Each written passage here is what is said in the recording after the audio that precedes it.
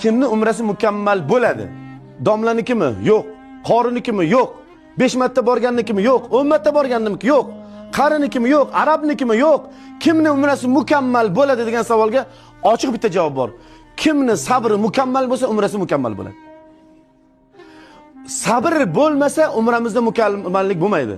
Chunki haj mashaqqat deyilgandek, umrda ham mashaqqati bor. Siz rozi bo'lib mashaqqat sotib olyapsiz hozir. Nimaga desa, samolyotni kutish bor, avtobusni kutish bor, to'planish bor.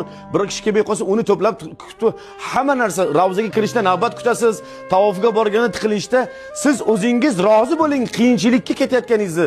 Siz komfortsiz Dubayga, Turkiyaga, Istanbulga aylangani ketmayapsiz. Boya aytdim, safarlar qanaqa safar bo'ladi? Ibodat, ziyorat, isyon, ma'siyat, savob. Bu savob safarda mashaqqat bor. Mashaqqatiga rozi bo'lsangiz safarga chiqing. Nima kelsa jannat arzon, xaridor yo'q, do'zax qiymat, xaridor ko'p degandek, mana bu jannatga kirish uchun ozgina mashaqqatni boshingizga ko'tarasiz.